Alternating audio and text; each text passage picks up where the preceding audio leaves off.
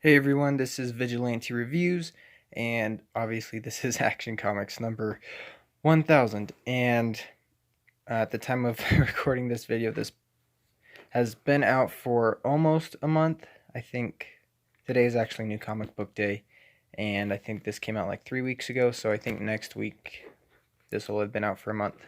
So I definitely meant to get this review done sooner, but I just didn't get around to it until now, and then I wanted to do the Avengers one first because Infinity War.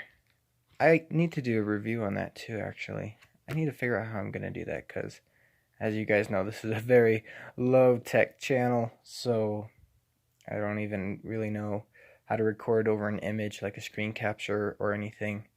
I'm sure I can figure it out, but I don't think my computer is able to do that. It's a pretty low tech computer as well.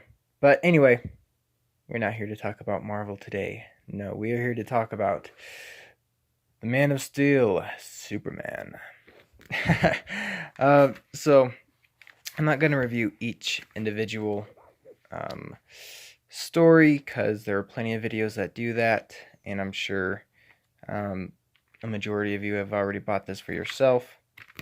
I'm just going to go over my favorite stories, and then some things that I liked, and then some things that I think they could have done better for such a landmark issue.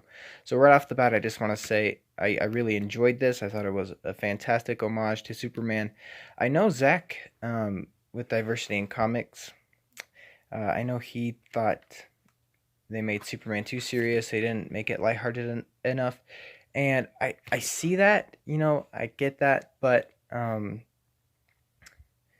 well, they could have done one story, where it was kind of lighthearted and goofy.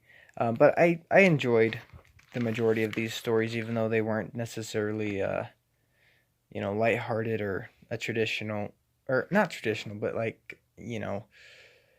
not the Silver Age kind of Superman. He is a more serious character in this comic. Well, the stories within this comic. So, let's see.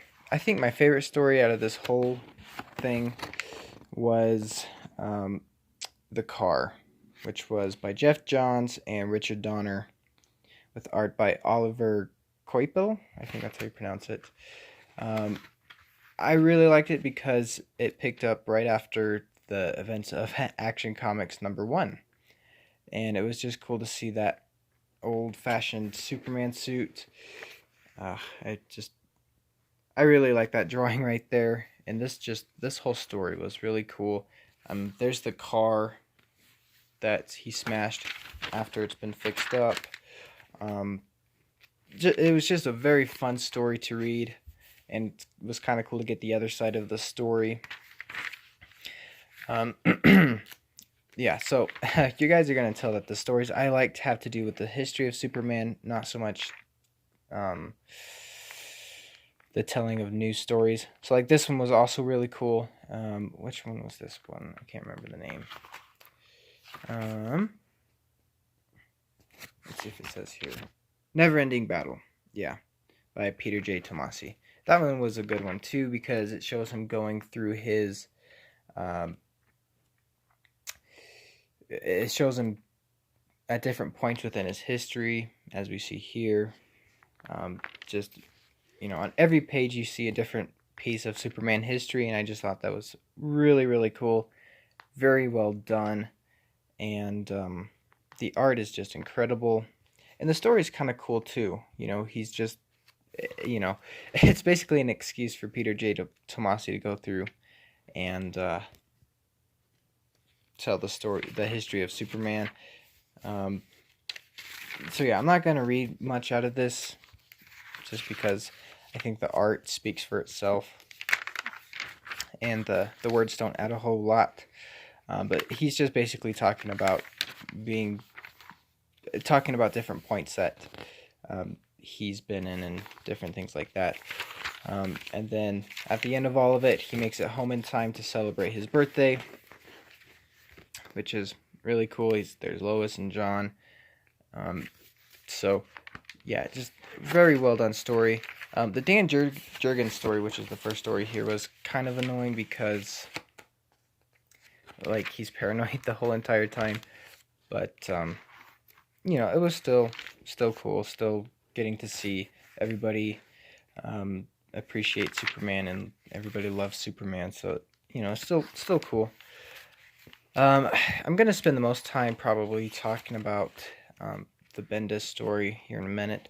This was also a good one, Faster Than a Speeding Bullet, where he's trying to save this girl from a speeding bullet. So yeah, he's flying at near the speed of light,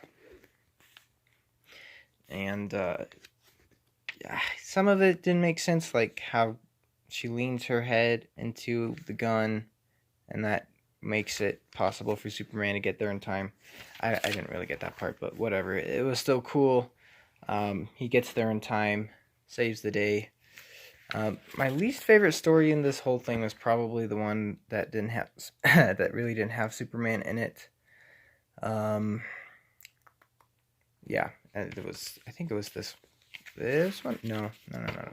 It was the one with the school shooter. I don't know if I'm gonna be able to find it. Yeah, the one with the school shooter. He's hardly in here at all. So basically, this story was showing how Superman inspires other people. So I mean, I guess it belongs, but I just would have rather have had a story that focused more on Superman rather than people. But again, it was focusing on the way Superman inspires people. So oh well, it was still fine and dandy and everything. I was much happier with the car though. Yeah, the most serious one in here is the one where he is like a billion years in the future, I think, something like that. Earth is about to die. Somehow the grave of Jonathan and Martha Kent is still around, so Superman is visiting it, and it's gonna be his last time because Earth is gonna die. So, and Superman is choosing to let the Earth be destroyed rather than like shove it out of the way. Which it's cool that they mention his ability to do that, but he decided it's time to move on after so many years. But it's a very emotional story for sure. 5 minutes, just showing everything Superman can do in 5 minutes. Just kind of a fun story too. Tomorrowland by Paul Dini totally reminded me of an episode from The Adventures of Superman with Mr. Mxyzptlk and whoever that is, his wife or girlfriend or whoever, I don't know. But it just totally reminded me of an episode from The Adventures of Superman. There's the Speeding Bullet one. So yeah, I'll go ahead and talk about the Bendis one now. The truth. The truth is that Bendis better not mess up, which I think he will. But, this story was okay. I think just because I don't know. This is tied for last with the one, with the school shooter one, because it really doesn't, basically it just shows Superman getting beat up. That's pretty much it. So probably, I probably dislike this one even more than the one about the school shooter, because at least that one was talking about how Superman inspires people. This one just talks about the new villain that's being introduced from Superman's past, who's never been mentioned ever before. So it'll be, I guess, interesting to see what happens with that. His name is Rogal Zar. And then, yeah. So this is going to pick up in Man of Steel. Basically, this whole thing is, like I said, Batman getting beat up by this planet destroyer who apparently destroyed Krypton because Jor-El asked him to. So yeah, I don't know. They're kind of messing with Superman's history a lot. First with the Oz effect, and then the whole time travel thing with Booster Gold, and then now this. So it seems like they're kind of trying to revisit the past and see if they, they're trying to pull stories out of the past instead of making new ones for the future, which, I prefer stories that are new and fresh and add something instead of going back to the character's past and trying to add something there. I like something to be added that's, happening right now. Moving forward. I like the character to move forward instead of always having stuff added to their past. But I've already pre-ordered the 6 issues of Man of Steel for my comic book shop. After reading the DC Nation #0, I kind of wanted to cancel because that story was kind of weird too. It didn't have anything to do with this really. It was more about Clark and how he's dealing with the disappearance of Lois, which isn't mentioned in this at all, but it is in the DC Nation. And I just was kind of like, I would rather just wait on buying all 6, read the first one and see what I think.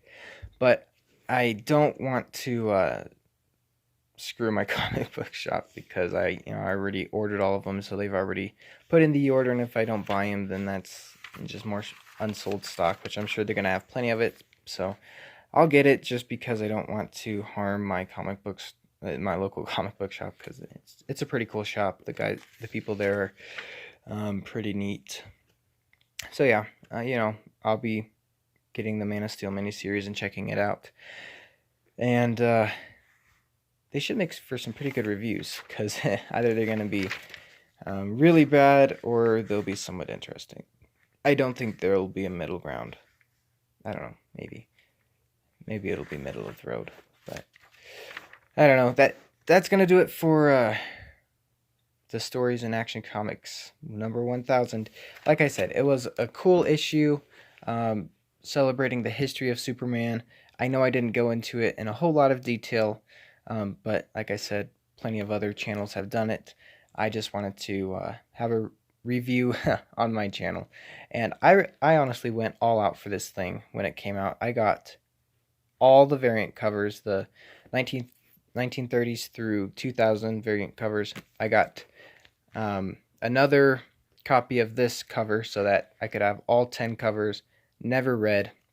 And then I also got the 80 Years of Superman Action Comics hardcover. So I definitely went all out on this because Superman is probably my favorite character. It's really hard to choose between Superman and Batman. It really is. Some days I like Superman better, some days I like Batman better. But they are definitely 2 of my favorites. So anyway, I'm going to go ahead and wrap this one up. I hope you guys enjoyed. If you got Action Comics number 1000, let me know what you think. And I will see you guys in the next review. I think that might be Action Comics special number 1. I haven't read it yet, but I'll probably go do that right now. Today, like I said, is New Comic Book Day, and I want to get Justice League No Justice, which came out today, but we'll see if, I don't know if I'll get to the store today. But anyway, thank you guys so much for watching, and I'll see you in the next video. Bye.